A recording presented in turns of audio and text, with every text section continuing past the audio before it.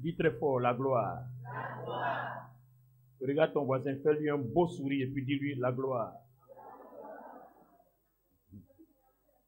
Amen, amen, amen.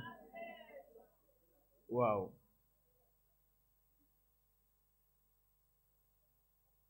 On va prier pour la parole.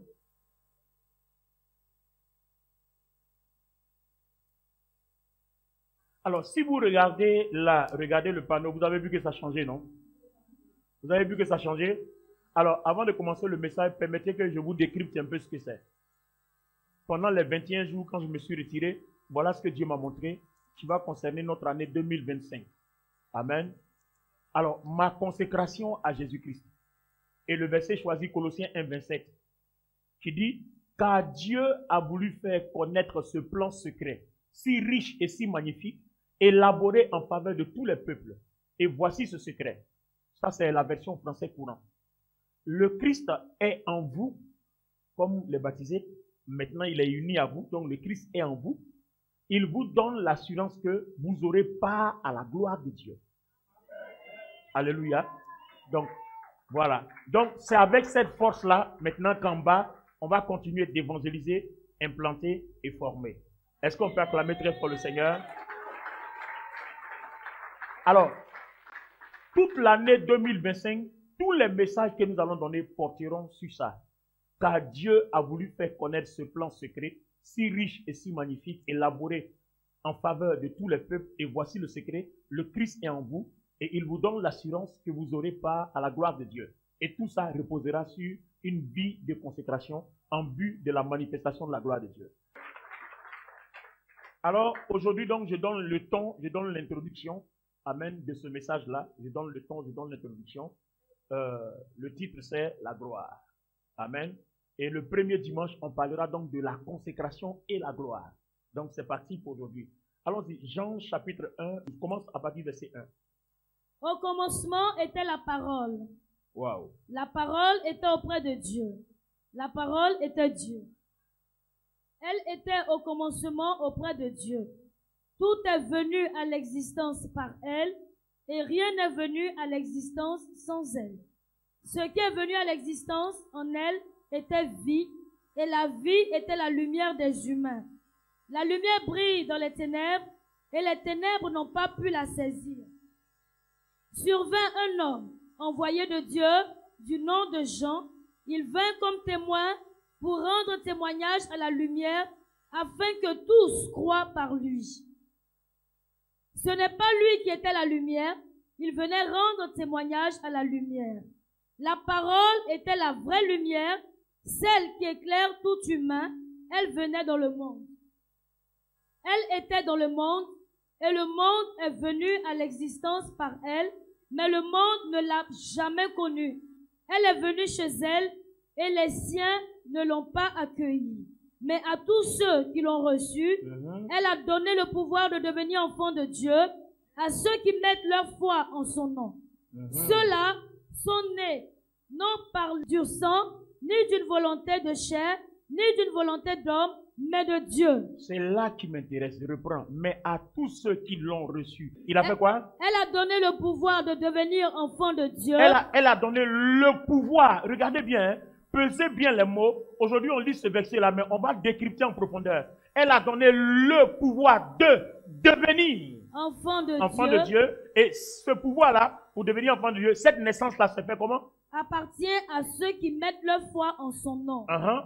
Ceux-là sont nés non par du sang, ni d'une volonté de chair, ni d'une volonté d'homme, mais de Dieu. Donc, on a une naissance que Dieu t'accorde de par ton père et ta mère. Ça, c'est une naissance. Et là, nous avons l'information que nous avons une autre naissance, mais qui n'est pas faite de père et de mère, mais qui est une naissance venant de Dieu lui-même. Et ça s'obtient par la foi.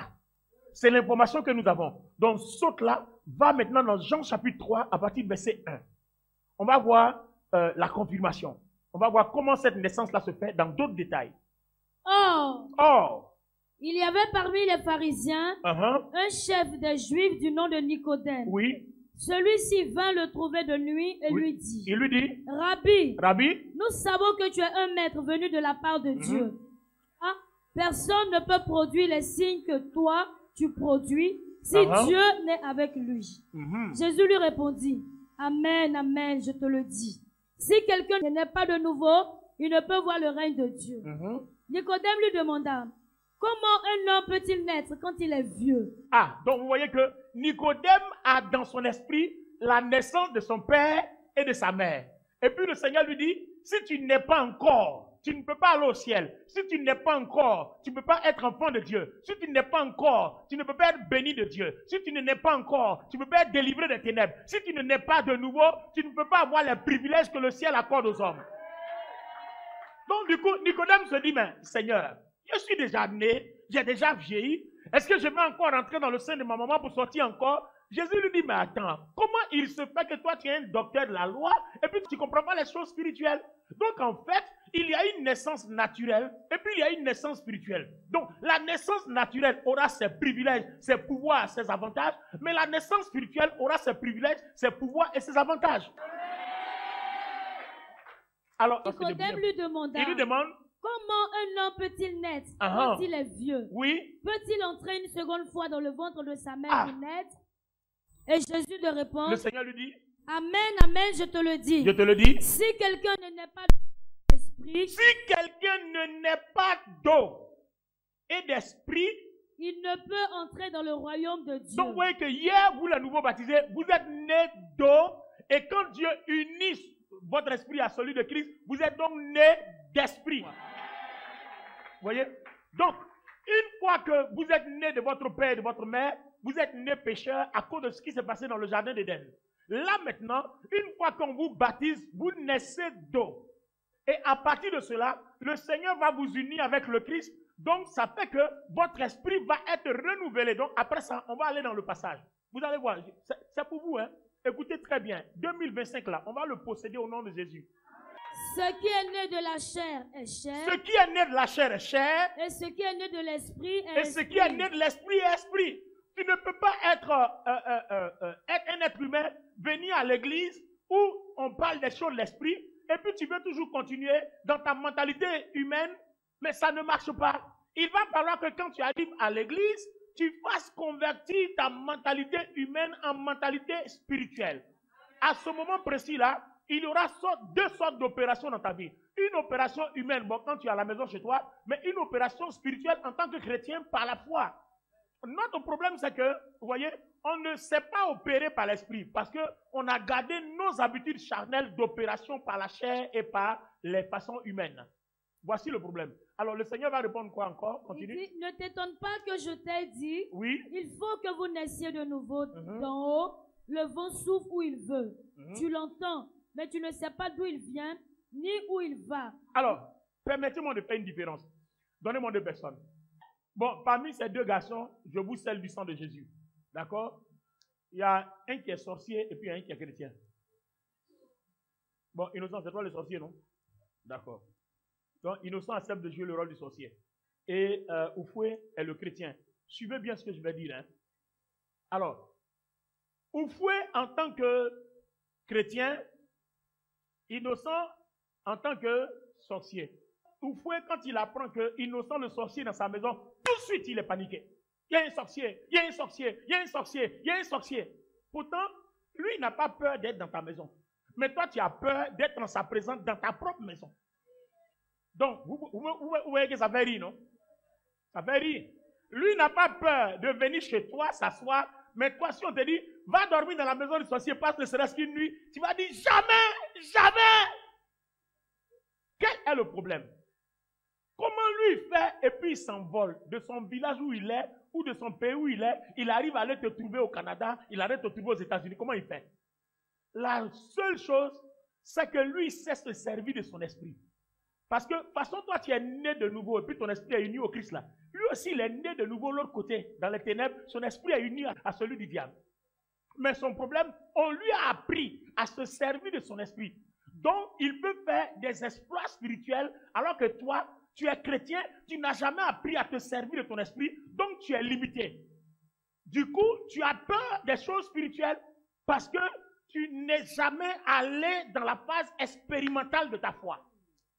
Donc, cette année en 2025, par la grâce de Dieu, nous voulons aller à la phase expérimentale de notre foi.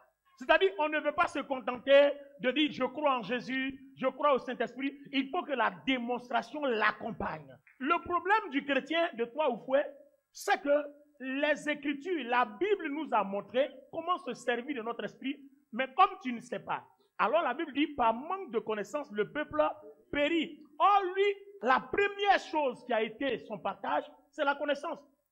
Quand vous arrivez dans les loges là-bas, ils étudient. On leur apprend comment sortir de leur corps, on leur apprend des choses. Or, ici, les chrétiens n'aiment pas l'étude biblique. Le chrétien aime le miracle. Mais tu ne pourras jamais expérimenter le miracle si tu n'as jamais appris par des études bibliques comment te servir de ton esprit. Alors, donc vous devez comprendre que c'est comme ça que ça fonctionne. Donc, notre objectif premier en tant que chrétien, ce serait de nous attacher aux Écritures pour apprendre comment nous servir de notre esprit. En 2025, on aura beaucoup de choses à apprendre. On a toujours flashé, on a toujours échoué sur la prière. Vous savez pourquoi? Vous savez pourquoi on échoue sur la prière? Nos anciens pères, parents, l'enseignement traditionnel qu'ils nous ont donné, c'est que la prière, c'est d'aller demander à Dieu. Mais je vais demander quoi? Je prends un père avec son fils ou un père avec sa fille. Le papa a un programme. Bon, mon enfant là, quand il aura le bac, je l'envoie au Canada. Il va étudier ou bien je l'envoie aux États-Unis. Il va étudier à Harvard. Il y a tout un plan. Et puis l'enfant vient, non, je vais être musicien.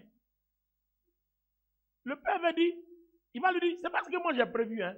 Moi j'ai déjà préparé l'argent pour payer très cher à Harvard. Quand tu sors de cette université-là, tu as du travail. Bon, l'enfant dit, je vais être musicien. Il dit, bon, si tu veux être musicien, en tout cas, prouve que tu as les capacités de devenir musicien et de te prendre en charge. Vous voyez que le père ne va plus mettre ne serait-ce qu'un seul centime dans son éducation et dans ses études, parce que l'enfant veut prendre un chemin que lui-même il a envie de prendre. D'accord? Mais supposez un seul instant que l'enfant dise, je veux aller à Harvard. Le père dit, j'ai déjà prévu ça. Donc, d'ici 3 mois, je ferai un virement à l'école là-bas. D'accord? Et on va te prendre un billet d'avion. Il y a déjà une personne qui doit te recevoir, voilà, aux États-Unis là-bas. Telle personne sera ton tuteur. Il y a des professeurs déjà pour te donner des cours de renfort et tout ça. Vous voyez, il y a tout un programme. Donc, si l'enfant ne se soumet pas au programme du père, il s'en va dans son échec. Mais si l'enfant se soumet au programme du père, alors le programme du père réussira parce que le père a les moyens. C'est la même chose. Quand nous venons devant Dieu, Seigneur, bénis-moi, donne-moi un mari, donne-moi une femme, donne-moi l'argent, donne-moi une villa, donne-moi la réussite, donne-moi tant. Mais n'oublie pas que la Bible dit quoi? Avant la fondation du monde, il y a un programme qui a été tracé sur ta vie. Et toi, tu viens soumettre un autre programme à Dieu. Ça ne fonctionnera pas. Dieu a un programme merveilleux qu'il a tracé pour toi. Par amour pour toi, il a tracé un programme merveilleux. Et il souffre de savoir que tu es hors jeu alors qu'il veut que tu sois dans le programme. Donc, la plupart de nos souffrances viennent de là. On vient soumettre un programme à Dieu et puis on demande à Dieu de se soumettre à notre volonté. Alors que la Bible dit quoi? Que ta volonté soit faite. Alors, donc si la volonté de Dieu n'est pas faite là, toi tu es ici pourquoi? Nous avons oublié que nous sommes nés pour un but. Tu n'es pas ici par hasard, hein? Tu n'es pas venu sur la terre par hasard. Dieu a regardé, Dieu a pensé, comme le potier. Et puis il plut à Dieu de te créer toi. Et puis tu te retrouves ici. Alors, Paul dit quoi? Il dit quand il plut à Dieu de nous créer, c'est que nous sommes en pèlerinage sur terre. C'est-à-dire nous avons un but, quelque chose à remplir pour Dieu. Alors Paul dit, il faudrait que ce pèlerinage soit bien rempli parce qu'à la fin, on doit rendre compte à Dieu. Donc si ta vie doit rendre compte à Dieu, tu t'imagines qu'en fait, ta vie là ne t'appartient pas. Ta vie obéit à un programme. Tu n'es pas là par hasard. Tu n'es pas le fruit d'un hasard. Tu obéis à quelque chose. Vous pensez que Dieu ne sait pas de quoi vous avez besoin. Quand il dit, quand vous venez prier, ne multipliez pas de vaines prières parce que votre Père qui est dans le ciel sait de quoi vous avez besoin. Quand il dit sait de quoi vous avez besoin, ça veut dire quoi? Il a déjà tout prévu. Ton avenir est déjà prévu. Qu'est-ce qu'il dit dans Jérémie? Je connais les projets que j'ai formés sur vous. Projets de paix et non de malheur, afin que vous ayez un avenir et de l'espérance. C'est ce qui est là, non? Il a un projet pour nous, afin qu'on ait un avenir et de l'espérance. Et toi, tu veux lui proposer, toi, ton propre avenir et ta propre espérance. Tu viens lui présenter ton projet. Voilà le problème. Alors, ta prière va marcher comment? Donc, vous voyez que quand nous partons prier, nous partons dire à Dieu, Seigneur, je te donne toute la gloire. Voici la journée que tu as faite. Qu'elle soit pour moi une journée d'allégresse et de joie. Tout ce que tu as prévu de bon et de meilleur dans cette journée, je les appelle. Et Dieu est d'accord avec toi. Pendant que tu les appelles, Dieu accompagne ton appel. Parce qu'il dit, depuis avant la fondation du monde, les choses sont prévues comme ça. Donc, je les appelle. Vous voyez, le problème, c'est ça. Or, toi, tu viens, pendant que cette journée, Dieu a prévu que tu puisses passer à gauche. Toi, tu as ton rendez-vous au centre. Il y a un problème. Donc, quand tu vas au centre, qui t'accompagne? Mais si tu vas à gauche, qui t'accompagne? Les anges de Dieu vont t'accompagner. Le royaume de Dieu va t'accompagner. Le Saint-Esprit va t'accompagner. En fait, c'est ça. Maintenant, si jamais cette journée-là que Dieu a faite avec le programme de Dieu, si jamais il y a des sorciers qui ont programmé quelque chose contre toi, s'il y a des démons ou alors des esprits mauvais qui ont programmé quelque chose, vous voyez, ça va être programme contre programme. Ça va être programme contre programme. Alors, le programme des sorciers, des démons, des ténèbres contre le programme de Dieu, qui gagne? C'est Dieu. Mais toi, ton programme que tu veux là, avec le programme des démons, qui gagne? C'est eux et les démons. Eux, ils sont esprits. Vous avez compris maintenant? Donc, notre vie obéit à une norme. Programme contre programme. Le sorcier vient, présente-lui le programme de Dieu, il va reculer. Ils connaissent ce qui s'est passé à la croix, non? Ils se souviennent. Ils sont déjà vaincus. Mais nous, on ne présente pas le programme de Dieu. On présente notre programme. Seigneur, je veux travailler à Air France. Mais on veut même que tu travailles à la Banque mondiale. Toi, c'est Air France. Dieu lui m'a dit, mais attends, ma fille, mon fils, mais est-ce que tu sais ce que j'ai pour toi? Moi, j'ai programmé la Banque mondiale. Toi, tu dis, c'est Air France. C'est comme le vendredi, j'étais à une veillée chez Pasteur Cramo à Bobo. Et regardez ce qui s'est passé. J'étais en train de prêcher, j'étais à la chaire. Et puis Dieu me montre une jeune fille dans la foule là-bas. Et puis pendant que je parle, je vois sur elle un projet de voyage. Bon, je ne l'ai jamais vu, je ne la connais pas. Je vois Europe, je vois Canada. Donc j'ai donné la parole. Et puis j'ai vu qu'elle ne s'est pas manifestée. Je la regarde encore, puis le Saint-Esprit me dit, va vers elle. Et puis je vais vers elle. Je lui dis, excusez-moi, mais je vois que votre étoile est en train d'être changée. Parce que ce que vous êtes en train de faire là, ce n'est pas ce que Dieu veut que vous fassiez. Et puis je suis là encore. Bon, j'ai fini de donner ce que j'ai reçu, je repars. Après le Saint-Esprit me donne encore une autre parole, je reviens vers elle. Elle dit, vous faites quoi dans la vie? Elle dit, je suis étudiante. Elle dit, il y a un projet de voyage. Elle dit, oui, mon papa est en train de faire des documents pour que j'aille en Europe. Et puis quand elle a dit en Europe, j'ai tourné comme ça, elle dit, je reviens, elle dit non. En fait, vous faites du droit, mais je vois un master en MBA, Master Business Administration. C'est ce que je vois. Management Business Administration, c'est ce que je vois. Mais là, tu fais du droit, ton étoile est en train de changer. C'est-à-dire que le diable est en train de t'envoyer dans un programme où tu vas t'égarer. C'est-à-dire que tu vas finir tout ça, tu n'auras pas de travail. Mais Dieu dit, là où, même si ton papa t'envoie en Europe, débrouille-toi, atterris au Canada, c'est le programme de Dieu là-bas. Elle dit oui, effectivement, on a tenté au Canada, mais la personne qui devait envoyer les papiers n'a pas envoyé les papiers. Donc c'est la personne de France là qui a envoyé les papiers. Elle dit c'est ça la ruse du diable. C'est ça la ruse du diable. C'est-à-dire, là où il y a le programme de Dieu là, ils sont allés, ils ont fermé la porte. Donc là où ça marchait, tu vas dire non, alléluia, au Canada ça n'a pas marché, mais en France ça m'a ouvert les portes. C'est une ruse. Alors Dieu m'a dit, dis-lui, ils sont en train de changer ton étoile. C'est-à-dire, on veut te faire quelque chose que Dieu n'a pas prévu. Quand tu vas aller en Europe, là, tu ne vas pas réussir. Mais c'est quand tu vas aller au Canada, mais MBA, je te vois tu as fait un master MBA, et puis je te vois travailler au Canada. C'est la vision que Dieu me montre exactement. Est-ce que je te connaissais avant? Il dit non. Est-ce que je savais que tu étais étudiant? Non. Est-ce que je savais qu'il y avait non. C'est ce que le Seigneur te dit.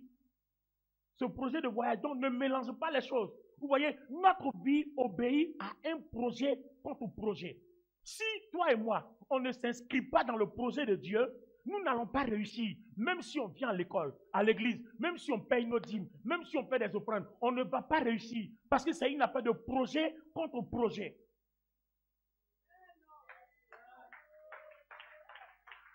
Donc tu vois qu'à partir de cet instant-là, merci de vous asseoir, à partir de cet instant-là, votre vie de prière change. Quand moi je me mets à genoux, je ne demande pas l'argent, je ne demande rien. Quand je me mets à genoux, je remercie Dieu d'abord pour le fait que je crois encore en Jésus. Et pour le fait que j'ai la grâce de croire toujours en Jésus-Christ. Et puis après, je lui dis, avant la fondation du monde, tu as prévu des choses pour moi. Et cette journée-là, tu as aussi prévu des choses. Donc, tout ce que tu as de meilleur cette journée, les gens que tu dois utiliser, les personnes que tu dois utiliser, les esprits mauvais que tu dois utiliser en ma faveur, les esprits bons, les anges que tu dois utiliser en ma faveur, tout cela doit jouer leur rôle. Je les appelle à jouer leur rôle. Maintenant, si il y a un programme de l'ennemi contre moi pour que je meure, tu as dit, venez, plaidons. Et alors, je confronte ton programme au programme de l'ennemi et je commande que le programme de l'ennemi échoue. Vous voyez, je suis en train de faire la bonne prière que Dieu souhaiterait que je fasse. Or, nous faisons la mauvaise prière. Donc Dieu dit, vous priez mal, vous ne recevez pas parce que vous ne savez pas prier. C'est à partir de cet instant-là que la prière commence à devenir une arme. Mais aujourd'hui, je ne parle même pas de la prière. Je suis de passage parce que le Seigneur voudrait juste que je passe par là. Prends avec moi Éphésiens le chapitre 1. Nous voulons comprendre comment utiliser notre esprit. Ça nous permettra de faire le bilan de tous les messages qu'on a prêchés toute l'année 2024.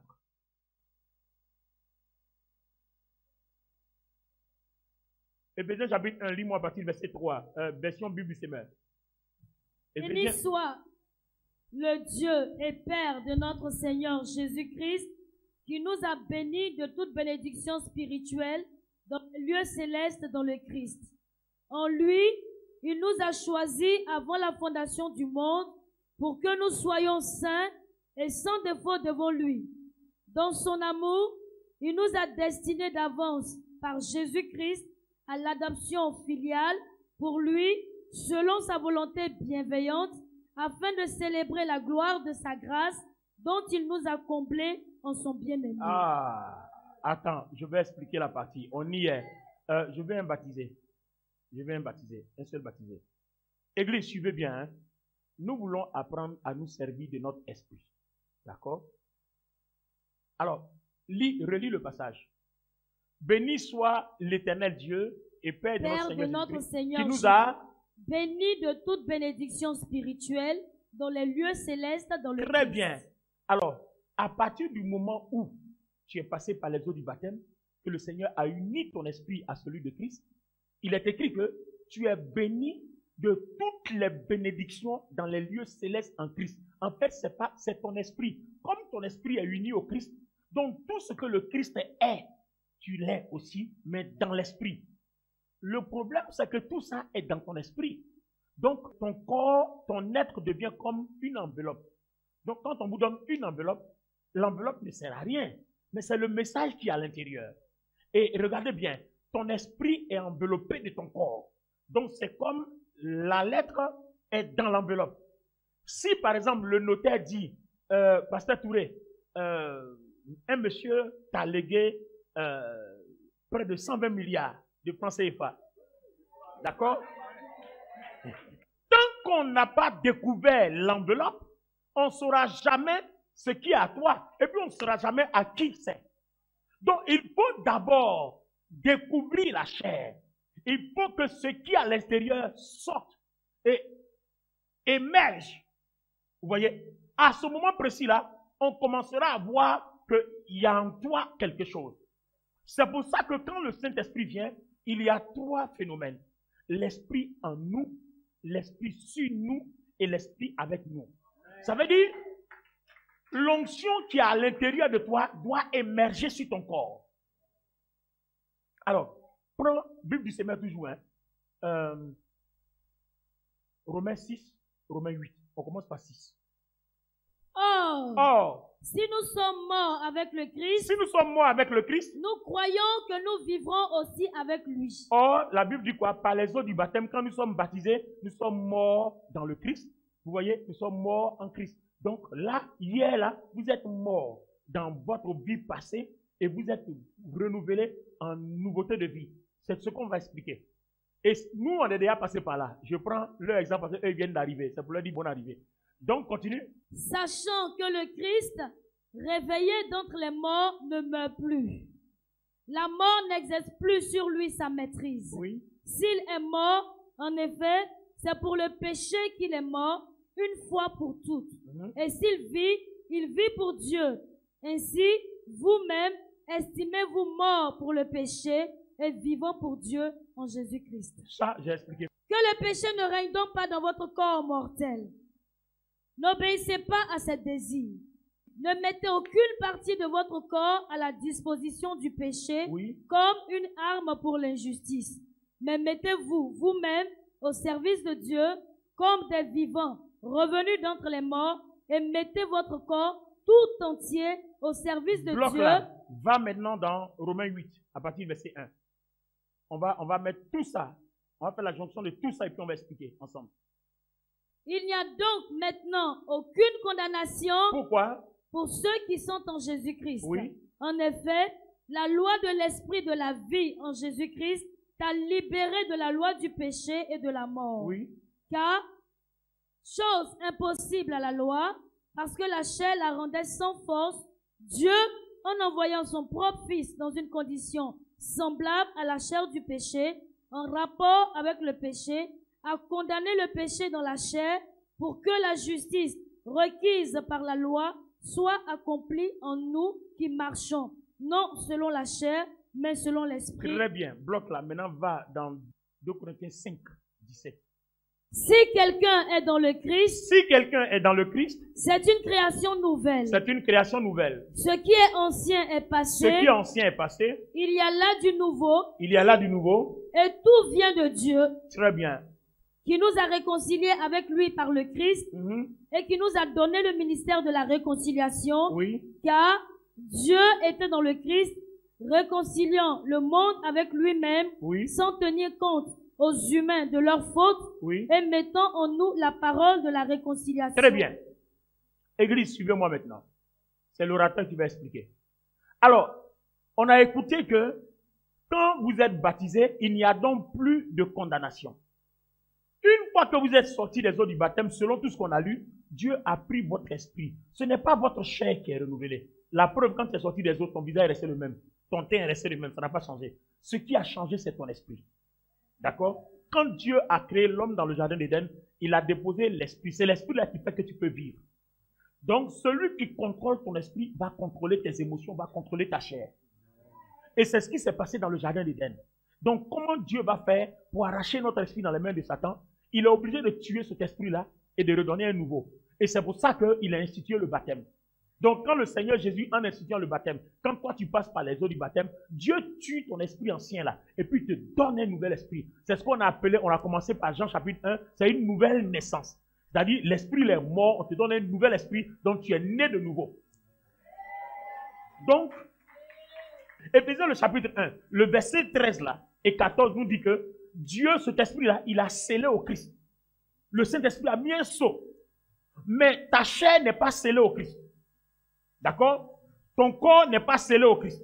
Ton cœur n'est pas scellé au Christ. C'est ton esprit. À partir de cet instant-là, comme on vient de le lire dans Romains 8, on demande que toi-même, maintenant, par ta façon de vivre, tu scelles ta chair au Christ, tu scelles ton corps au Christ. Dans ton corps, il y a une gloire. J'ai pris l'exemple du sorcier puis du chrétien, non? Le sorcier là, lui, il arrive à sortir le pouvoir qui est dans son esprit pour l'envoyer vers son corps et son corps est capable de faire les choses de son esprit. Pourquoi? Parce qu'il a réussi à identifier son corps à son esprit. Donc, la façon dont toi aussi, ton esprit est scellé au Christ, si tu as scellé ton corps au Christ, tout ce qui est dans ton esprit se déporte dans ton corps. Voilà. Tu comprends maintenant? Tout ce qui est dans ton esprit se déporte dans ton corps. Donc, à partir du moment où ce qui est dans ton esprit se déporte dans ton corps, si ton esprit est uni au Christ, que ton esprit voit ce que le Christ voit, quand tu unis ton corps au Christ, alors tes yeux peuvent voir ce que Christ voit. Donc, Christ maintenant voit à travers tes yeux. Mais tant que ce qui est dans ton esprit n'est pas déporté dans ton corps, ton esprit voit, mais tes yeux ne voient pas. Alors, le Seigneur dit dans la parole qu'il ne fait pas comme ceux qui regardent sans voir, et qui entendent sans comprendre. Donc, une fois que ce qui est dans ton esprit arrive dans ton corps, alors quand Dieu parle dans ton esprit, ton corps entend. Quand Dieu montre quelque chose dans ton esprit, tes yeux voient. Est-ce que vous comprenez maintenant? Est-ce que vous comprenez maintenant? Là où ça va commencer à devenir intéressant, c'est là qu'on va commencer à lire maintenant. Marc chapitre 5. Lis-moi le fou de Gadara. Ils arrivèrent sur l'autre rive de la mer, Et qu'est-ce qui s'est passé? dans le pays des Géraséniens. Les Géraséniens, oui. Sitôt qu'il fut descendu du bateau, un homme sortant des tombeaux et possédé d'un esprit impur vint au-devant de lui. Il avait sa demeure dans le tombeau et personne ne pouvait plus le lier, même avec une chaîne. Très bien. Car souvent, il avait eu les fers aux pieds et avait été lié de chaînes. Mais il avait rompu les chaînes et brisé les fers, et personne n'avait la force de le maîtriser. Il était sans cesse dans le tombeau et sur les montagnes, nuit et jour, criant et se blessant avec des pierres. Il vit Jésus de loin. Attends, il a fait quoi? Il a vu Jésus de loin. C'est-à-dire, il n'était pas face à face. Il a vu Jésus comment? De loin. De loin. Et qu'est-ce qui s'est passé? Il a couru. Il a couru. S'est prosterné devant Il lui. s'est prosterné devant Et Jésus. il a crié. Depuis qu'un sorcier te voit, il court et puis il se prosterne devant toi. Et puis il a crié comment? Pourquoi te mêles-tu de mes affaires, Pourquoi tu Jésus, nous déranges? Fils du Dieu très haut? Mais attends, est-ce que Jésus a parlé? C'est-à-dire, Jésus passe. Les démons là le voient. Ils courent, se prosternent. Pourquoi tu nous déranges? Pourquoi tu nous déranges? Pourtant, Jésus n'a rien fait. En fait, comme Jésus mène une vie consacrée, la gloire qui est dans ton esprit s'est déportée sur ta chair. Donc, du coup, quand les ténèbres rentrent en contact avec lui, on ne voit plus un homme, mais on voit la gloire de Dieu en contact avec sa chair, sur sa chair. Si toi et moi, notre vie chrétienne arrive à ce stade-là, les démons ne peuvent plus habiter dans nos maisons, les sorciers ne peuvent plus habiter dans nos maisons. Ils ne peuvent même plus dormir sur le même lit avec nous. Parce que la gloire là va les déranger. Tu es là, tu ne parles pas, mais il y a quelque chose qui se dégage de ton corps. Tu vois, tu ne parles pas, quelque chose se dégage de ton corps. Les amis, voici le phénomène. Sinon, Jésus n'a pas parlé. Il n'a pas parlé. Il passe seulement, les démons ont des problèmes. Parce que la gloire là est sur lui. On voit ça sur son corps. Attends. Vous pensez que quand Daniel est descendu dans la fosse de lion, les lions là se sont prosternés. Vous pensez ça veut dire quoi? C'est parce que les lions là mangent la chair, mais ils ne mangent pas la gloire. My God. Les lions mangent la chair, mais ils ne mangent pas la gloire. Le sorcier mange la chair, mais il ne mange pas l'esprit. Le Seigneur a dit, n'ayez pas peur de celui qui peut tuer la chair, mais ayez peur de celui qui peut tuer l'esprit. Les sorciers ne mangent pas l'esprit, ils mangent la chair. Mais si ta chair là, est remplie de gloire, ils ne peuvent pas manger, parce que de la façon, oh, come on somebody. Alléluia. Oui, de la façon dont ton esprit est uni au Christ, que ton esprit est glorifié à cause du Christ, c'est comme ça que ton corps est glorifié quand tu unis ton corps au Christ. Ne savez-vous pas que votre corps est le temple du Saint-Esprit, que Dieu habite en vous? Le jour où vous allez faire de votre corps le temple du Saint-Esprit, que la gloire va apparaître sur vous, vous allez voir, il y a beaucoup d'amis qui sont sorciers, qui sont dans les loges, qui ne vont plus marcher avec vous. Donc, vous voyez qu'en fait, on ne sait pas se servir de notre esprit. À votre avis, comment vous pensez que Shadrach, Meshach, Abednego, ils descendent dans la fournaise ardente et puis le feu n'a pas de pouvoir. Le feu brûle la chair, mais le feu brûle pas la gloire. Donc vous voyez que là, depuis hier pour votre baptême, votre esprit est uni au Christ. Maintenant, on vous demande, vous, dans votre façon de vivre maintenant, de sanctifier votre chair. Donc vous voyez, le Seigneur déjà dans Hébreux 10, il a déjà accordé une sanctification qu'on appelle la sanctification statique. C'est-à-dire une grâce qu'il a faite. Maintenant, toi-même, tu dois avoir ta façon de vivre, de sanctifier ta chair pour que cette grâce-là soit déportée dans ton corps. Une fois qu'on voit la gloire de Dieu sur toi, à ce moment-là, le triomphe commence. C'est là que ce verset-là commence en disant, avec Dieu, nous verrons des exploits, mais pas avant que la gloire apparaisse sur ton corps. C'est pour ça qu'on prophétise toujours, avec Dieu nous verrons des exploits, avec Dieu nous verrons des exploits, mais on ne voit aucun exploit. Pas avant que la gloire apparaisse sur notre corps. Vous voyez, Proverbe 3, 24, il dit, garde ton cœur plus que tout, car de lui viennent les sources de la vie. Nous sommes faits de corps, âme et esprit. L'esprit là, il ne va pas sauter ton cœur pour aller dans ta chair. Parce que ton cœur est le dépôt de tout. C'est de là que tout part. L'union de Jésus avec ton esprit part de ton cœur. Donc l'union de ton corps avec Jésus-Christ va partir aussi de ton cœur. Donc vous voyez que quand la gloire est présente, les choses négatives sont dérangées. Les démons sont dérangés. Les lions se prosternent. Parce que la gloire de Dieu ne supporte pas tout ce qui est négatif. La gloire de Dieu triomphe de tout ce qui est démoniaque, tout ce qui est satanique. La gloire de Dieu n'aime pas l'échec. La gloire de Dieu n'aime... Non, la gloire est parfaite. Donc tout ce qui dérange la gloire doit être ôté de ton cœur. Sinon, la gloire ne passe pas de ton esprit à ton corps. C'est pour ça que tu dois garder ton corps, ton cœur pur. Il ne faut pas haïr les gens, il ne faut pas être impoli, il ne faut pas être rebelle, il faut être quelqu'un de simple, il faut être quelqu'un d'aimable. Voilà, tu ne fais pas du mal à quelqu'un. Même dans Colossiens. Colossiens dit, c'est mieux que tu souffres quand tu fais du bien que de souffrir parce que tu as fait du mal. Non, on y arrive. Hein. Je suis en train de faire un bilan. On va prendre tout ça en détail, détail par détail, toute l'année 2025. Tu as raté un dimanche, c'est que tu as raté ton salut. Alléluia. On va prendre détail après détail. Colossiens 2. Et Colossiens dit, il dit c'est mieux, la version du Seigneur, il dit c'est mieux que tu souffres pour avoir fait du bien que de souffrir parce que tu as fait du mal. Parce que quand vous souffrez parce que vous avez fait du bien, le Seigneur vous accorde de grandes récompenses. Mais quand vous faites du mal, vous n'avez pas de récompense. Donc les amis, soyons avertis. Gloire à Dieu. Nous devons comprendre que notre cœur doit rester pur. Notre corps doit rester pur. Sinon la gloire ne passe pas. Une fois que ton cœur est pur, on attend que ton corps soit pur. Parce que le Saint-Esprit ne peut pas venir loger dans ton corps si ton corps n'est pas pur. Si ton corps est livré à l'impudicité, livré à la masturbation, livré à l'adultère, livré à l'alcool, livré à tout ce genre de choses, tout ce qui est en rapport avec ton corps. C'est pour ça que chacun de nous doit prendre une résolution de mettre sa vie en ordre. Mets ton cœur en ordre, mets ton corps en ordre. Est-ce que je parle à quelqu'un? Mets ton cœur en ordre, mets ton corps en ordre. Si tu ne mets pas ton cœur en ordre, tu ne mets pas ton corps en ordre, cette gloire dont je parle là, tu ne l'expérimenteras jamais. Les démons voient le Seigneur. Ah, que nous veux-tu? Ah, que nous veux-tu? Ah, que nous veux-tu? Il n'a même pas parlé. Il n'a pas parlé.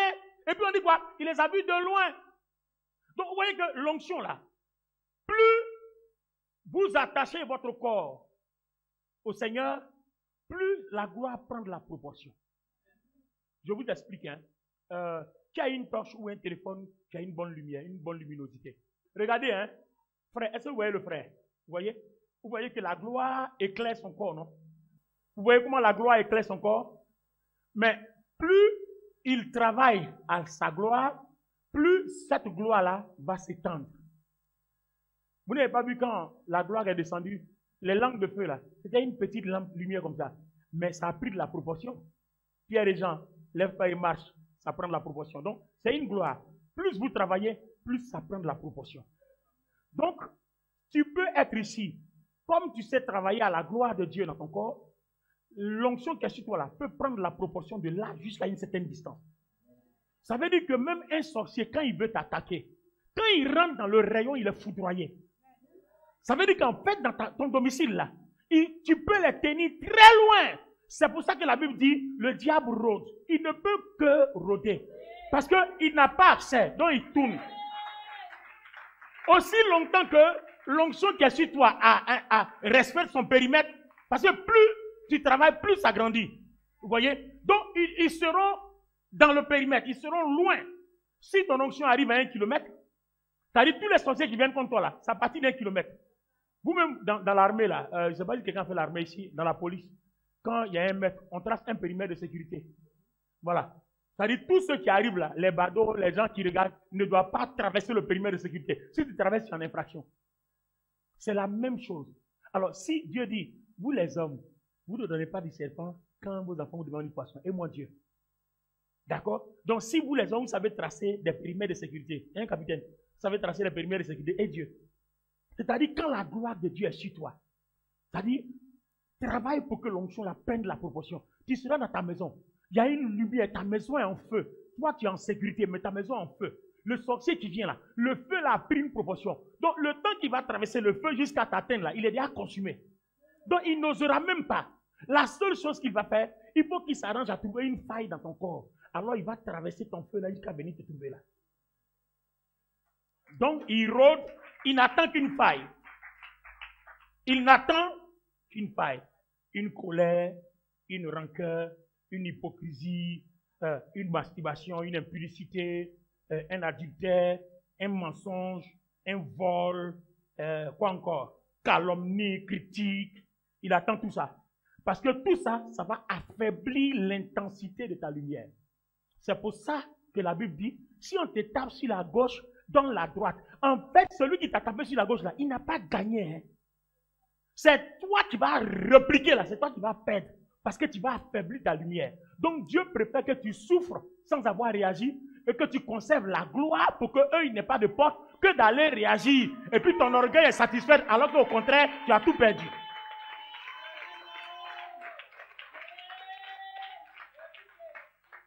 Tu comprends maintenant, Pasteur Touré? Un prophète grave. C'est pour ça que maintenant là, insultez-moi, critiquez-moi, je m'en fous. C'est toi qui vois. C'est ton problème. Parce que, en fait, ce que je cherche, c'est même pas ce que tu es en train de faire. J'ai compris que si la gloire nourrit mon corps et mon environnement, j'ai tout.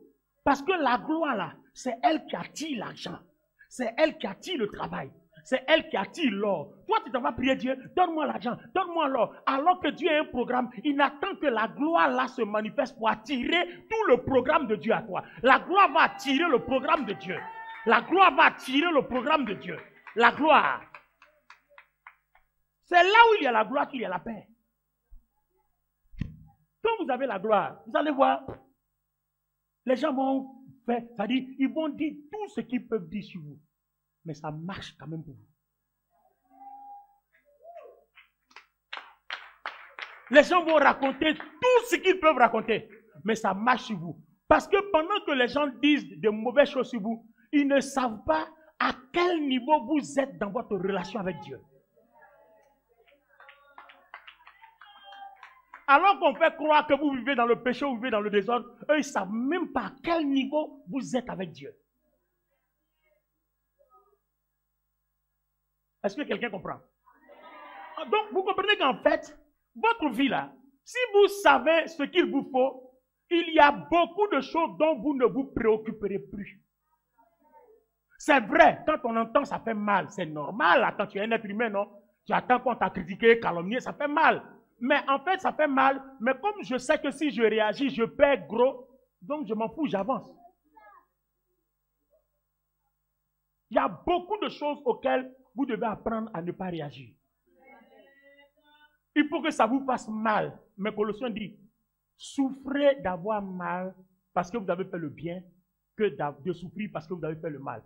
Oh, est-ce que je peux trouver ce verset-là tout de suite? Je ne l'ai pas prévu, dans mes recherches. 1 Pierre 3,17, oui. Car il vaut mieux souffrir si telle est la volonté de Dieu en faisant le bien, très bien, qu'en faisant le mal. En faisant le mal. Clair, bon, je laisse tomber pour Colossiens. Car il vaut mieux souffrir si telle est la volonté de Dieu. Parce que là, on précise bien. Hein, si telle est la volonté de Dieu. Voilà, tu es en train de me traiter injustement, à moins de savoir. Si je sais que ce n'est pas la volonté de Dieu, je ne vais pas te laisser cadeau. Parce que je ne vais pas te laisser me maltraiter. Si ce n'est pas la volonté de Dieu. D'accord? Mais si c'est la volonté de Dieu, c'est mieux que je ne réagisse même pas. Est-ce que vous voyez la différence? Ça veut dire qu'en fait, la vie chrétienne, c'est une affaire de connaissance. Il faut comprendre comment ça fonctionne. Il faut comprendre le phénomène, comment ça marche. Amen. Ce n'est pas juste, je viens à l'église, je prie. Non, ça n'a rien à voir. On vient à l'église, on prie et puis on a même toujours la même chose. Non, ça n'a rien à voir. Regardez cette partie. Je veux prendre l'exemple de Joseph. Regardez Joseph. Joseph entre dans la maison de Potiphar. Et puis on ne sait pas ce qui s'est passé. La maison de Potiphar commence à prospérer de par la présence d'un homme. Ah! Comment nous on fait puis on rentre dans la maison des gens, ça ne prospère pas. Vous savez, c'est parce que cette gloire qui est dans ton esprit n'est pas sur ton corps. Donc, il faut, pour que ça impacte, il faut que ça soit sur ton corps. Donc, il y a le revêtement de puissance. C'est pour ça que le Seigneur Jésus a dit aux disciples, n'allez pas évangéliser jusqu'à ce que vous ayez le revêtement de la puissance d'en haut. Parce qu'il y a quelqu'un comme Pierre. Il y a une femme qui arrive. Pierre de cela, moi, il n'est jamais connu. Bon, donc, la gloire qui est en toi là, ça ne va jamais venir sur ton corps. Mais le jour où la gloire là est venue sur son corps, ça va changer. Quand la gloire remplit ton cœur, la gloire te transforme. On va t'insulter, tu vas regarder comme ça, tu vas dire merci. Mais quand tu es dans l'église et puis tu es dans toutes les critiques, c'est toi qui cognes les têtes, c'est toi qui mélange tout. Déjà, moi, quand je te regarde, je connais ton niveau. Je sais que la gloire là n'est pas dans ton cœur. Parce que si la gloire est dans ton cœur, ben oui. Par ta façon de réagir, d'agir, je connais déjà ton niveau. Je sais que la gloire là n'est pas dans ton cœur. Parce que si la gloire est dans ton cœur, tu n'auras pas cette réaction-là. Si la gloire là est sur ton corps, tu n'auras pas cette réaction-là. Parce que quand la gloire est là, la gloire change, la gloire opère des changements.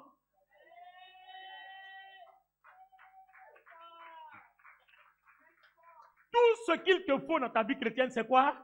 La gloire. C'est tout ce qu'il te faut, hein? La gloire. La gloire transforme l'action du feu. La gloire, Shaddam, Meshach, on les met dans le feu et puis le feu ne brûle pas. Pourtant, le feu brûle la chair. Mais si c'était leur vraie chair, le feu allait brûler. Mais c'est la gloire qui rentre dans le feu. Donc le feu respecte son créateur. Les lions devant Daniel respectent leur créateur. Même les démons respectent leur créateur. Ils voient Jésus et puis se prosternent. Ils savent qui il est. Alors si Jésus, sa gloire se dépose sur ton corps, regardez un peu, nous les chrétiens, nous on a commis des erreurs. Même quand je marche dans la vallée de l'ombre de la mort, je ne crains aucun mal. Impuni comme ça, tu marches dans la vallée de la mort, il faut craindre beaucoup de choses. Il faut craindre. Il faut craindre. Quand tu marches dans la vallée de l'ombre de la mort, tu ne crains aucun mal. Toi, tu es sûr. Tu es sûr que tu n'as rien à craindre. Avec toutes les failles que tu as dans ton corps, tu es sûr. C'est ton esprit que Jésus a rendu pur, hein? Mais ton corps n'est pas pur.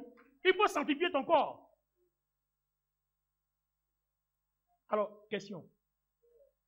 Comment faire pour que cette gloire-là apparaisse sur notre chair à partir du 30e?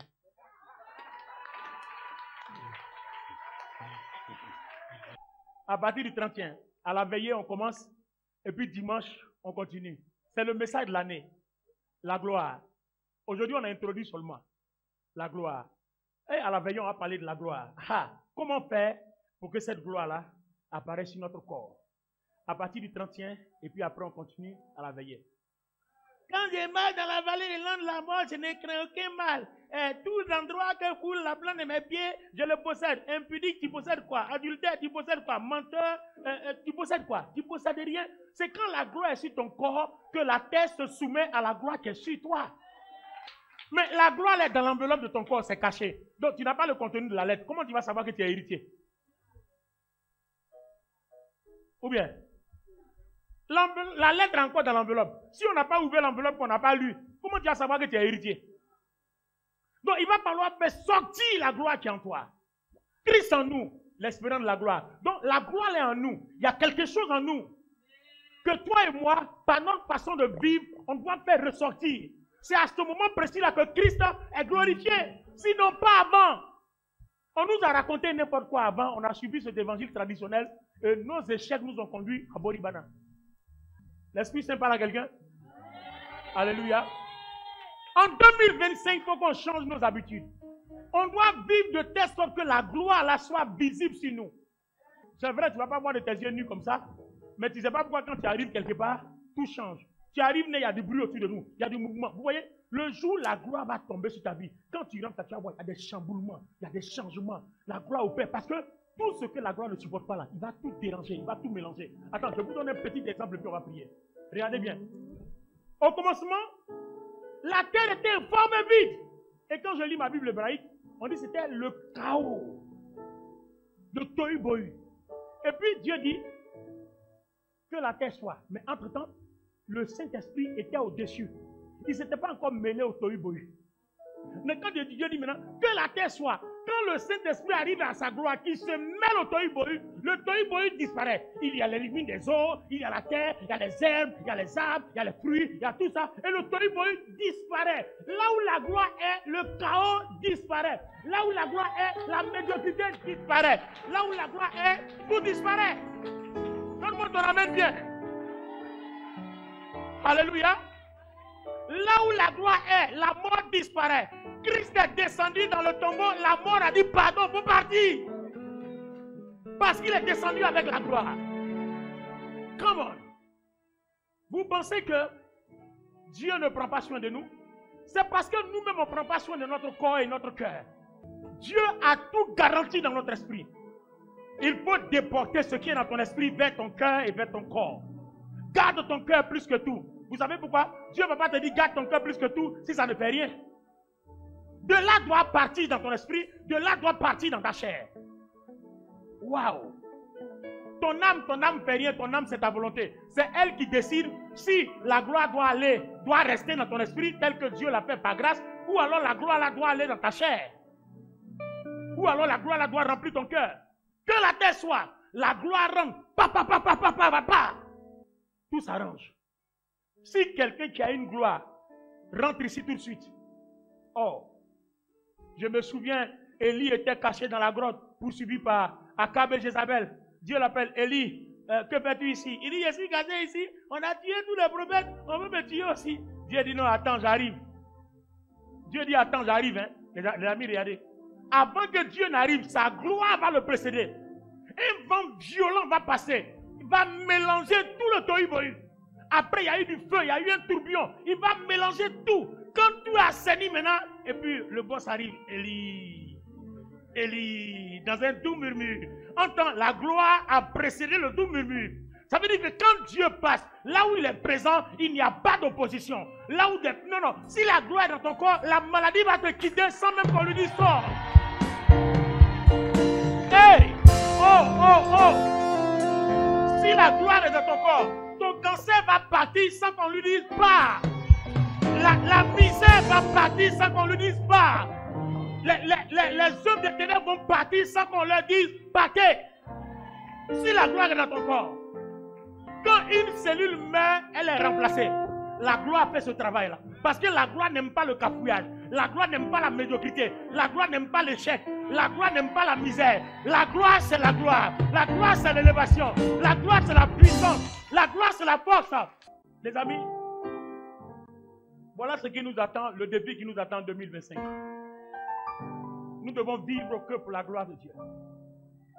Ce message-là, si on l'avait reçu au début de notre vie chrétienne, peut-être qu'il y a certaines erreurs, il y a certaines choses qu'on n'aurait jamais dû faire. Mais on ne nous a pas enseigné à comprendre Dieu comme ça. On nous a dit prie. On nous a jamais dit, même quand vous priez là, attention, hein, il y a un programme. Nous on dit de prier seulement. Oh, demande, Dieu va te donner. Et puis, comment ça? Il faut avoir la foi. C'est pas ce qu'on nous disait. Et puis ça s'arrête là. On ne nous explique pas comment ça se passe. Et puis nous on suit seulement, on s'en va. Je possède mon territoire. Je taille. Si la gloire est là, tu as besoin de tailler. Lui-même, il sait que s'il s'approche, il sera taillé. Il s'en va avant. Oh, tu n'es même pas entendu. Attends, première grâce. Si la gloire là est ici, si la gloire est sur chacun de nous, rentrons en adoration. Tu n'auras même pas besoin de dire un démon sort. Tous les démons là vont sortir un à un. Ils vont sortir un à un. Attends, l'homme de Gadara, en lui, il y avait combien? 1000 démons, légion. 1000. Jésus n'a pas parlé. Mais Jésus, là, ton esprit n'est pas un avec lui. Donc, il est dans ton esprit, mais seulement ça n'arrive pas sur ton corps. Donc, quand il vient, il prend ton corps là, il pince bien. Et puis, il te dit, si tes garçons veulent me suivre. Et puis, il dit, hey, ils sont là, les sorciers sont là. Mais si ça est sur ton corps là, il ne peut même pas. Quand il va faire comme ça, il y a un courant qui le secoue et qui le projette là-bas. Parce que la gloire là, c'est comme un courant, c'est une puissance. La gloire est comme un courant, c'est une puissance. Amen. Alors, ce matin, il y a un choix. Soit tu choisis ton impurité, ou bien l'entretien de ta chair. Et puis cette gloire-là, tu ne la verras jamais. Soit tu fais le choix de la gloire. Et tu vas voir que Dieu lui-même va s'arranger à mettre fin à ton impurité. Parce que si la gloire est là, le péché ne va plus te dominer dans la chair. En fait, c'est ça le problème. Tout ce qui est négatif, médiocre, qui fatigue là, il va brûler tout ça. tous les liens. Parce qu'en fait, c'est parce que le diable est dans ton corps qui t'excite à ça. Or, si la gloire rentre dans ton corps, qu'il n'y a plus rien qui excite ton corps, c'est fini, tu es en paix, tu dors en paix. Tout bête, ton voisin qui dit, recherchons la gloire en 2025. Levons les mains. Nous allons passer un court instant de la prière avant d'arrêter. À la veillée le 31, je donnerai un élément. Comment on appelle la gloire dans notre corps? Je donnerai un élément. Le dimanche, je donnerai 2 éléments. Et puis, le championnat est lancé pour l'année 2025. Amen. Alors, je vous informe que c'est ce message-là qui a transformé ma vie. Ce message-là qui a transformé ma vie. Si tu me vois comme je suis, invincible, indéboulonnable, c'est ça. Voilà. Les gens racontent leur vie, mais ils ne connaissent pas ma relation avec Dieu. Ils ne savent même pas à quel niveau je suis. Ils ne savent même pas à quel niveau je suis. Donc toi aussi, il faut que tu sois à un niveau. Amen. Il faut que tu sois à un niveau. Les prophéties bizarres, ne doivent pas te rattraper. Amen. Voilà. On te regarde et puis on pense que tu es impudique, tu es adultère, alors que les gens ne savent même pas comment tu cherches Dieu. Les gens n'ont aucun, c'est-à-dire, ils ne savent même pas comment tu manages avec Dieu. Ça parle seulement, ça parle. Ils ne savent pas comment chercher Dieu. Cherche Dieu. Cherche Dieu. Cherche Dieu. On a fait 21 jours. Je sors de 21 jours. Je me suis retiré, je me suis enfermé. Je sors de 21 jours. J'ai parlé avec Dieu. Et Dieu m'a parlé. Amen. C'est chaud, hein? Il m'a dit, on va se parler. On va se séduire dans la parole. Alléluia. La gloire. Lève la main. Regarde comment l'enfant de la tsunami meurt. Élisée va se coucher sur l'enfant. Il souffle dans l'enfant. Quelque chose qui est en lui, il rentre dans l'enfant. Et puis l'enfant se réveille. Une fois, avant, quand j'étais jeune dans le ministère, il y a un bébé qui était mort comme ça. Mon cher, il allait me coucher sur l'enfant. Rien ne s'est produit. Mais je n'avais pas le message. Aujourd'hui, là, j'ai le message. Mais il n'avait pas le message. Donc, je pense que, comme on a fait dans la Bible, donc moi aussi, il a fait pour moi. Alors que tout ça, là, ça repose sur des principes. Et l'ignorance. L'ignorance tue. Hein. Quand la Bible dit par manque de connaissance, le peuple périt, il dit, je me suis couché sur le bébé là. Pendant que je suis en train de prier, il me rend que sa langue l'a serré, ses dents ont serré sa langue. C'est là, monsieur, il dit, mon gars, si tu es malin, il faut te lever. Non, les amis, ça fait pitié. Hein. Il dit, quand je me levais là, je ne sais pas, il dit, la honte. Il dit, regarde, si on pouvait creuser le sol, et puis il est rentré dedans. Mais il ne fallait pas me voir réciter les versets bibliques. Élisée s'est couché sur l'enfant, la tsunami, il a soufflé. Et puis pendant que je parle, il fait la même chose. Hein. Rien du tout. L'enfant est dur comme ça. Ah! La honte. J'ai dit, je suis sorti même. Est-ce qu'il a dit au revoir à la famille là même? Ils n'ont plus venu prier dans mon église.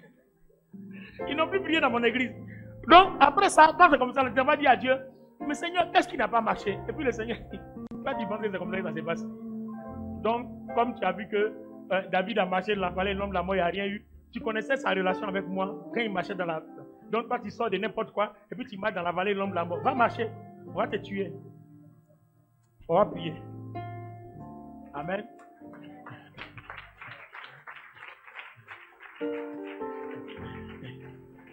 Enceinte de Goï, tu t'es pas rendu compte? Le Seigneur Jésus marchait sur l'eau, non? Tous les disciples là, c'est un fantôme, c'est un fantôme. Et puis Pierre, non, moi il a des réactions qui me plaisent. Hein. Il dit Pierre dit, Seigneur, si c'est toi, ordonne, parce qu'il sait que lui-même là, la dimension de gloire dans laquelle le Seigneur est là, c'est pas son championnat. Il dit non. Il dit si c'est toi, ordonne que je vienne. Donc quand le Seigneur dit viens, c'est-à-dire il dépose un manteau de gloire sur Pierre, exceptionnellement à cause de la parole qu'il lui a donnée. Donc quand Pierre arrive, Pierre va laisser tomber le manteau que Dieu lui a donné circonstanciellement, puisqu'il va commencer à avoir peur. Parce qu'en fait, il n'est pas là par une relation qu'il a cultivée, mais il est là par pure grâce. Or, quelque chose que tu ne souffres pas avant d'avoir là, souvent tu ne sais pas gérer ça où. Bon, je passais par là, lève la main.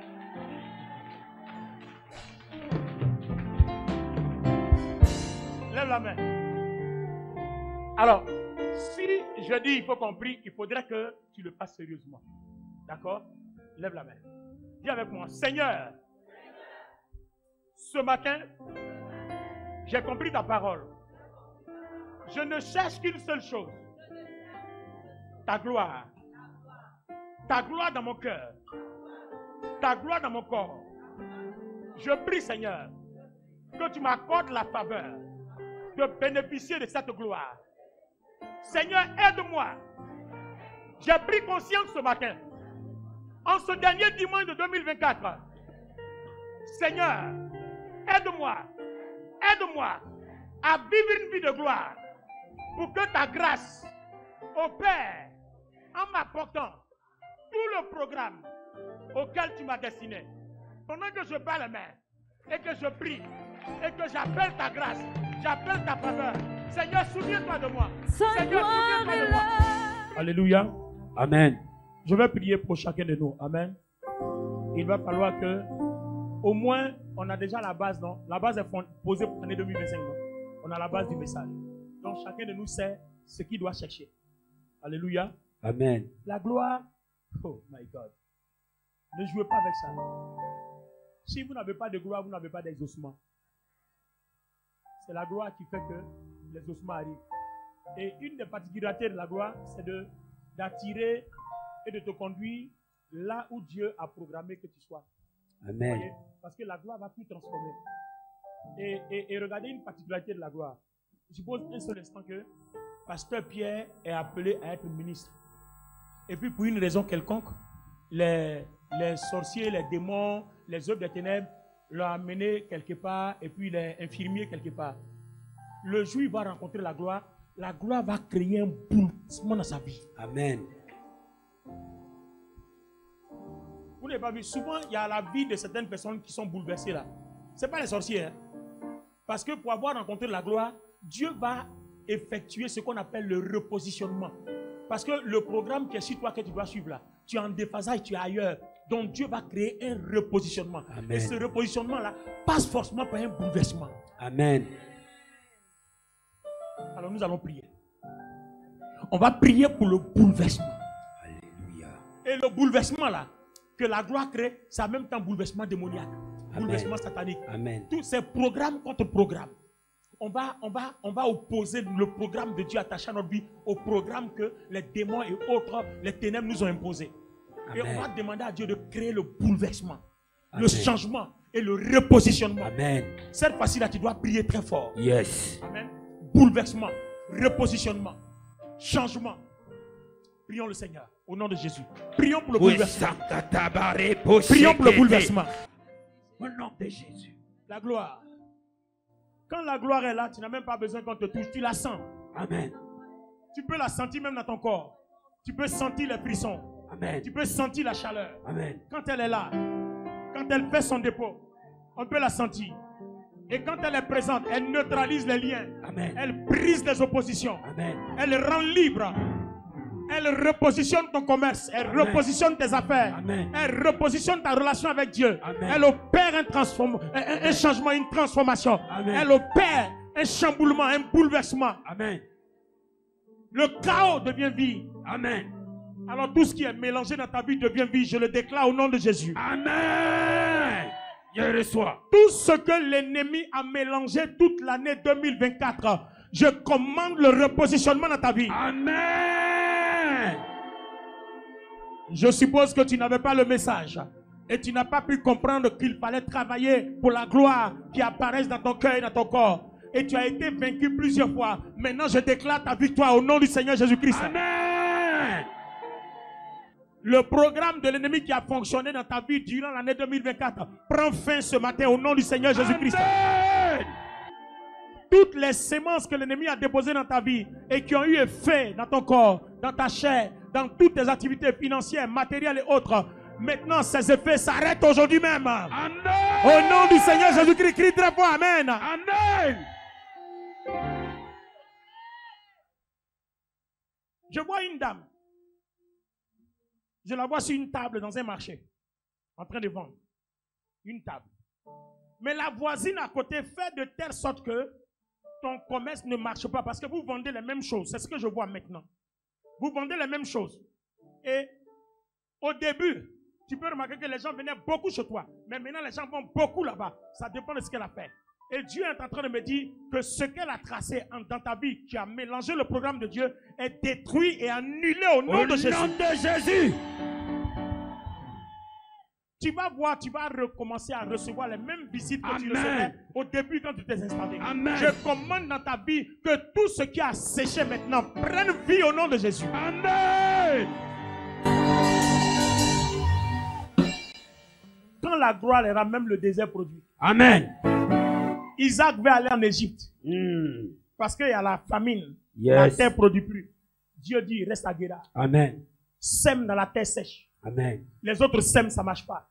Mais comme lui, la gloire l'accompagne, il sème. Et cette année-là, il moissonne le centuple. Je commande que dans les temps difficiles en 2025, tu moissonnes le centuple. Amen. Je dis, là où les gens sèment que ça ne moissonne pas, là où les gens sèment que ça ne moissonne pas, toi, là où tu te positionneras, que tu moissonnes au nom de Jésus. Amen. Je déclare la moisson abondante dans ta vie. Amen. Je déclare la moisson abondante dans ta vie. Amen. Au nom puissant de Jésus. Amen. Et je prophétise un revêtement de gloire à venir sur ta chair. Amen. Je prophétise une plénitude de la gloire de Dieu dans ton cœur. Amen. Afin que partout où tu passes, c'est la gloire qui parle pour toi. Amen. Au nom puissant de Jésus. Amen. Yes. Écoutez, vous êtes prêts à prier ce matin? Yes. On est dans la prière. Come on. Et n'oubliez pas que 2025, c'est la prière. Hein? Amen. Attends, innocent bien. Quand toi, tu vas à un rendez-vous, d'accord? Rendez-vous d'emploi, rendez-vous d'affaires. La personne qui est en face de toi, là, tu ne sais pas que le diable a dévancé, le diable a changé son cœur. Yes. Il a dit, quand il va te voir là, tu vas commencer à l'énerver. Tu sais même pas ce que tu lui as fait. C'est un programme que l'ennemi a tracé contre le programme de Dieu attaché à ta vie. Et comme toi, tu ne sais pas qu'il y a un programme de Dieu, tu te lèves comme ça. Seigneur, je m'en vais à mon rendez-vous. Tout ce qui est devant moi, je brise. Tout ce qui est devant moi, je brise. Ce n'est pas la bonne prière. Tu dis, Seigneur, je m'en vais à mon rendez-vous. Si jamais ce rendez-vous-là ne fait pas partie de ton programme, lève-le de mon chemin. Amen. Si ça ne fait pas partie de mon programme, enlève-le de mon chemin. Amen. Seigneur, si cet homme-là ne fait pas partie de mon programme, enlève-le de mon chemin. Amen. Si cette femme-là ne fait pas partie de mon programme, enlève-la de mon chemin. Amen. Si cet ami-là ne fait pas partie de mon chemin, enlève-la de mon chemin. Amen. Si cet ami-là ne fait pas partie de mon chemin, enlève-le de mon chemin. Amen. Vous allez voir, Dieu va chambouler votre vie, il va mettre de l'ordre. Yes. Oh, toi, tu viens, tu t'en vas. Oui, Seigneur, change son cœur. Est-ce que lui t'a dit, est-ce que Dieu t'a dit que dans son programme, il a envie de changer le cœur de quelqu'un? Question. Non. Seigneur, déporte ta gloire sur moi. Est-ce que tu comprends? Amen. Seigneur, déporte ta gloire sur moi. Là où je m'en vais là, si ce programme est pour moi, que l'ennemi a déposé dans le cœur de la personne, la femme ou le monsieur qui doit me donner cet emploi, pour me rejeter, je prie au nom puissant de Jésus. Quand ta gloire qui est sur moi rentrera en contact avec lui, que son tempérament, son atmosphère change. Amen. Et quand tu vas là, et puis il te demande, qui doit t'interviewer? C'est la femme là, qui est méchante. Et puis toi, tu n'as pas de problème. Yes. Puisque tu sais que tu es dans le programme de Dieu. Amen. Bien, tu sais que la gloire est sur toi. Donc, tu arrives, la femme méchante là, au lieu de te cafouer, et puis elle va te demander, ça va, tes enfants vont bien, tu as bien dormi. Waouh, belle chemise. Amen. Waouh. En tout cas, franchement, quel est ton nom? D'accord, pourquoi tu veux ce travail? Mais vraiment, quand tu vois, de façon même là, on voit déjà, tu es habillé, Alléluia. bien respectable. Bon, en tout cas, tu commences demain à 15h. Amen. Yes. C'est-à-dire, toi-même, tu dis, aïe, c'est pas la femme dont on dit, elle est méchante là. Mais toi, tu oublies que tu n'es pas parti simple. Yes. Tu sais garder ta vie, ton corps et ton cœur pur. Amen. Donc, tu es parti revêtu de gloire. Amen. Tu es parti rayonnant de gloire. Amen. Vêtu de gloire, Yes. le Fils de l'homme me viendra. On l'appellera le lion, la tribu de Judas. Travaillons à la gloire de Dieu. Amen. Nous allons prier pour toutes les opportunités et yes. tous les rendez-vous que Dieu nous donne. Amen. Désormais, avant d'aller à un rendez-vous, ne fais rien, cherche la gloire. Amen. N'oubliez pas que le Seigneur dit, si on vous traîne devant les tribunaux, n'ayez pas peur de ce que vous allez dire.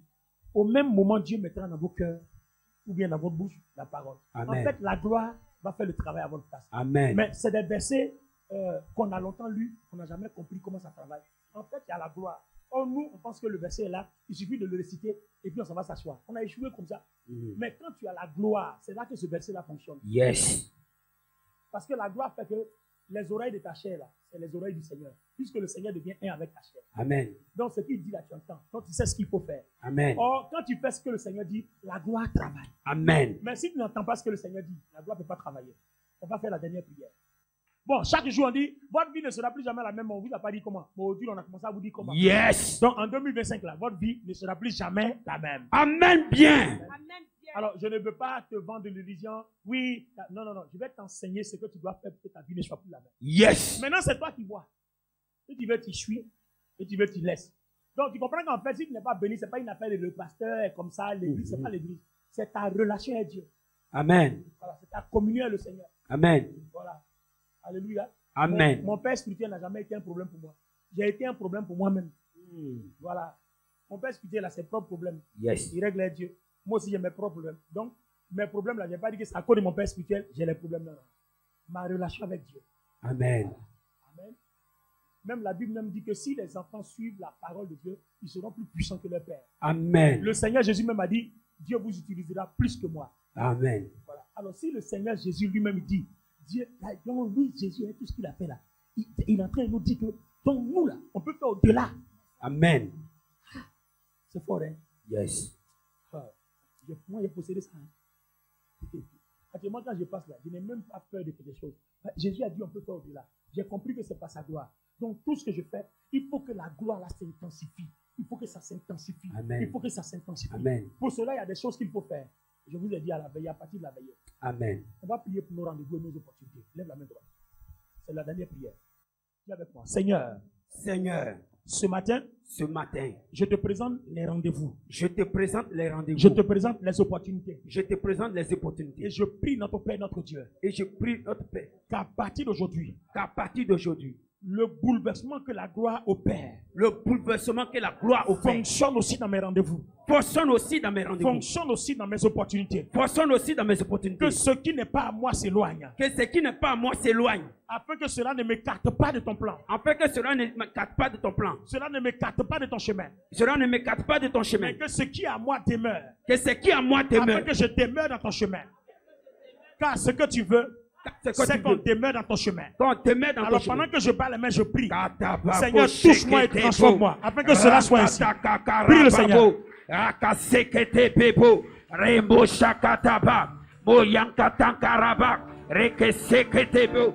Gardez les mains levées, nous sommes à la fin. Seigneur, merci pour ce dernier sabbat. Nous te confions la traversée du 31, où nous rentrons dans une nouvelle saison. Tu nous as aidés à comprendre comment aborder l'année 2025. Permets qu'à partir du 31, ce soit un autre pas en avant. Amen. Car nous allons de gloire en gloire. Amen. Mon Dieu, mon roi, merci de la sémence, la parole que tu as sémée dans notre corps.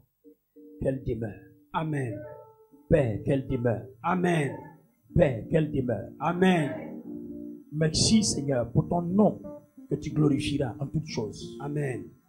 Nous prions que tout ce que nous avons entendu ne nous échappe point, mais que cela reste dans notre esprit. Amen. C'est au nom du Seigneur Jésus-Christ que j'ai prié et le peuple de Dieu me donne 7 bons amen, puissant, fort et glorieux. Amen. Amen. Amen. Amen. Amen. Amen. Amen. Est-ce qu'on peut acclamer le Seigneur très fort?